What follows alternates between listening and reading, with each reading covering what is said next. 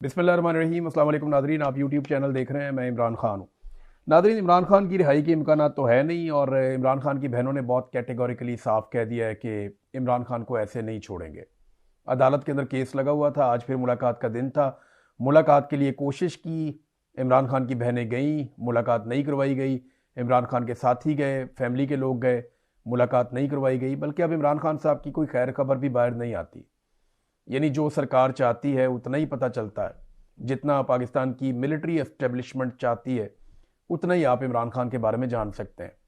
जो छोटे मोटे सोर्सेज हमारे पास पहले होते थे, यानी 2024 में 2025 में हम खबरें निकाल लेते थे, लेकिन 2025 का जब इख्तिताम आ रहा था, जब आसिम मुनीर साहब ने 27वीं आईनी तरमीम का फैसला किया कि एक आईनी तरमीम मजीद लाई जाएगी, और जिस वक्त उनकी एक्सटेंशन का मामला आया, उनके इस्तिस्ना का मामला आया, तो उस वक्त से हमें खबरें मिलना बंद हो गई। मैं सच आपसे बोल रहा हूँ, बिल्कुल हमारे सोर्सेज ख़त्म हो गए। जो छोटे मोटे सोर्सेज थे, हम जेल से कोई चीज़ निकाल लेते थे। मैं बतौर सहाफ़ी एतराफ़ कर रहा हूँ कि हमने बड़ी कोशिश की है, दोबारा हम कोई सोर्स बना नहीं पाए। हमें जो पता चला है वो ये है कि वहाँ मखसूस लोगों को अब रखा गया है इमरान खान साहब के इर्द गिर्द, और बड़ी टाइट सिक्योरिटी है, और सबसे ज़्यादा तवज्जो इस बात पे दी जाती है कि बाहर कोई बात निकले ना। उसके बाद इंजीनियर मोहम्मद अली मिर्ज़ा साहब को लॉन्च किया गया, उन्होंने इसका फ़ायदा उठाया, उन्होंने जो भी कहा ये बिलीव किया गया कि उनकी बात पे लोग यकीन करेंगे, लेकिन वो सौदा भी नहीं बिका। फिर मुख्तलिफ तरीके किए गए। बहरहाल आखिरी मुलाकात इमरान खान साहब की अपनी एक बहन के साथ हुई थी, और डॉक्टर ने फिर उसके बाद उन्हें देखा है, लेकिन वो सरकारी डॉक्टर हैं, उनको भी सख्ती से मना किया गया है, और सरकार ने अपनी मर्जी के डॉक्टर चुनकर भिजवाए हैं कि यही डॉक्टर इमरान खान साहब को देखेंगे और यही खबर जो देंगे वही देंगे, और वो एक प्रेस रिलीज के जरिए से देते हैं। अदालत में इमरान खान साहब का केस चल रहा था, वहां भी कोई इंसाफ नहीं है। इमरान खान की बहन अलीमा खानम ने जो बात की, उन्होंने कहा जी शवाहिद तो सारे मौजूद हैं, सबूत भी मौजूद हैं कि इमरान खान साहब का ये केस खत्म किया जाए, उन्हें फौरी तौर पर रिहाई दी जाए, लेकिन जजेस दबाव में है, और जजेस पे दबाव इतना ज्यादा है कि वो इंसाफ नहीं दे पा रहे। अगर इंसाफ दें तो इमरान खान साहब तो बाहर आ जाए ना, ये बात मैंने आपको कई दफा कही है। और इसी बुनियाद पे हमेशा अदालतों पे तकिया करते हुए, अदालतों को मद्देनजर रखते हुए मैं ये दावा करता रहा हूं कि जिस दिन अदालत ने इंसाफ दिया, यानी एक दौर तक तो मुझे ऐसा लगता था कि पाकिस्तान की अदालतें मुकम्मल तौर पे सरेंडर नहीं हुई, वो मुकम्मल तौर पे मिलिट्री एस्टेब्लिशमेंट के कंट्रोल में नहीं है, लिहाजा इमरान खान साहब बाहर आ जाएंगे। इसी बुनियाद पे हम ये कहते रहे हैं कि ज्यादा टाइम नहीं गुजरेगा, ये केसेस खत्म हो जाएंगे। केसेस खत्म होते चले गए, लेकिन फिर उसके बाद तरीकाकार बदल दिया गया। इमरान खान को कैद तन्हाई में डाल दिया गया, उनकी मुलाकातें बंद कर दी गई, और अदलिया में अपनी मर्जी के बंदे लाकर 27वीं आईनी तरमीम के जरिए से मुकम्मल कंट्रोल कर दिया गया। अब इमरान खान की बहनें भी कह रही हैं कि ये जजेस फैसला नहीं दे पाएंगे, और इस तरह तो इमरान खान सालों अंदर रहेंगे, ये जितना चाहेंगे इन केसेस को। मैं थोड़ा सा पहले ये बात बता भी रहा था कि अब अदालतों से उम्मीद लगभग खत्म हो गई है। इमरान खान साहब ने जो कहा था कि फैसला सड़कों पे होगा, मामला वहां जाके पहुंच गया। अलीमा खानम ने साफ कहा है कि जब तक अवाम और पाकिस्तान तरीके इंसाफ सड़कों पर निकलकर दबाव नहीं डालेंगे, इमरान खान साहब की रिहाई नहीं होगी। अब ना मुलाकातें हो रही हैं, ना उनकी आंख की सेहत के बारे में कुछ मालूम है कि वो क्लॉट बना कैसे, उसका रीजन क्या है। इस बारे में अभी तक ना इमरान खान साहब के डॉक्टर्स को कुछ मुतमईन किया जा सका है, ना इमरान खान साहब की फैमिली को बताया जा सका है, और जजेस इंसाफ देने पर बिल्कुल तैयार नहीं है। तो इमरान खान की रिहाई कैसे होगी? वो उसी तरीके से होगी जैसे होनी चाहिए।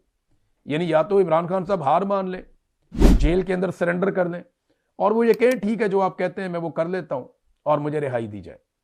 एक तरीका तो ये है। दूसरा तरीका ये है कि एक दबाव बढ़े पाकिस्तान की मिलिट्री एस्टेब्लिशमेंट पे। देखें ऑलरेडी उनके ऊपर बहुत दबाव है, महंगाई का दबाव उनके ऊपर है, मईशत की तबाही का दबाव उनके ऊपर है, पाकिस्तान में जो हालात खराब हो रहे हैं दहशतगर्दी के, वो दबाव उनके ऊपर है, आलमी दबाव भी उनके ऊपर बहुत ज्यादा आ रहा है, IMF का दबाव उनके ऊपर है, पाकिस्तान की आवाम का दबाव उनके ऊपर है, लेकिन एक अवामी एहतजाज का दबाव नहीं है।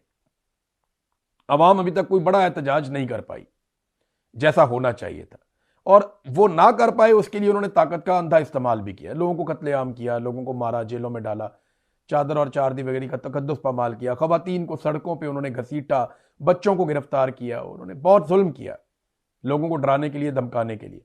अब लोगों ने निकलना है, जिस दिन लोग निकल आए सड़कों पे उस दिन एस्टेब्लिशमेंट का कोटा फुल हो जाएगा, और फिर इमरान खान साहब को रिहाई भी मिल सकती है।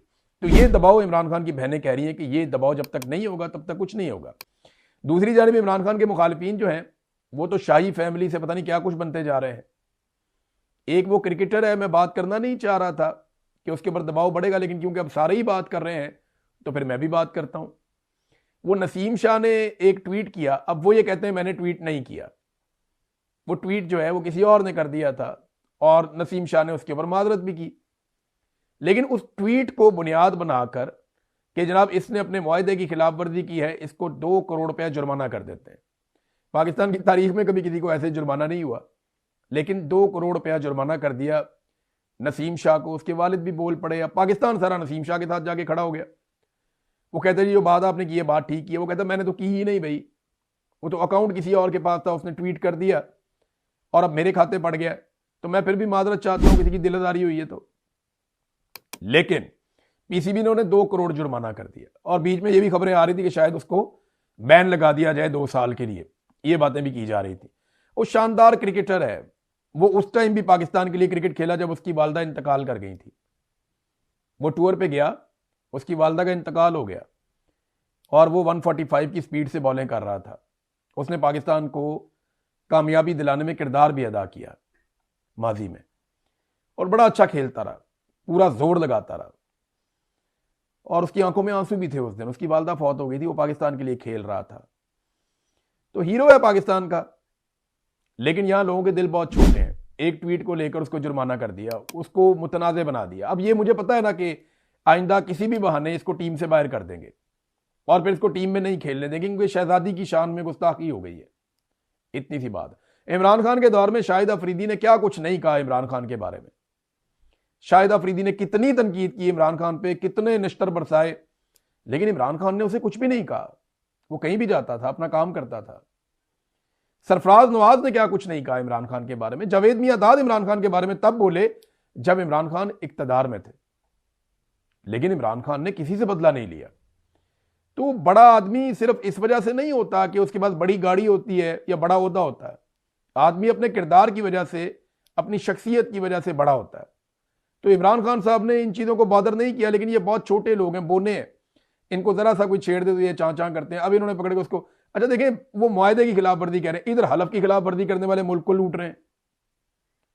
यहां पे हलफ लेकर आते हैं ना ऑफिसर्स के, हम कभी सियासत में हिस्सा नहीं लेंगे, कायदे आज़म ने मना किया था। ये बार बार डिक्टेटर बन जाते हैं, बार बार मुल्क में मार्शल लॉ लगा देते हैं। हलफ की खिलाफ वर्जियां करके अरबों की जायदादें बना ली जिन लोगों ने, उनको पूछने वाला कोई नहीं है। और एक शख्स ने कहते हैं जी कि कॉन्ट्रैक्ट की खिलाफ वर्जी है, वो ट्वीट नहीं करेगा, वो कहता है मैंने किया भी नहीं, उसको पकड़े जुर्माना डाल दिया। तो ठीक है, ये पाकिस्तान को ऐसे ही चला रहे हैं अपनी मर्जी से। अब आ जाए जो बैनुल अक़वामी खबरें हैं उनकी तरफ। अब तक के लिए इतने, अपना ख्याल रखिएगा, अपने चैनल का भी। अल्लाह हाफ़िज़।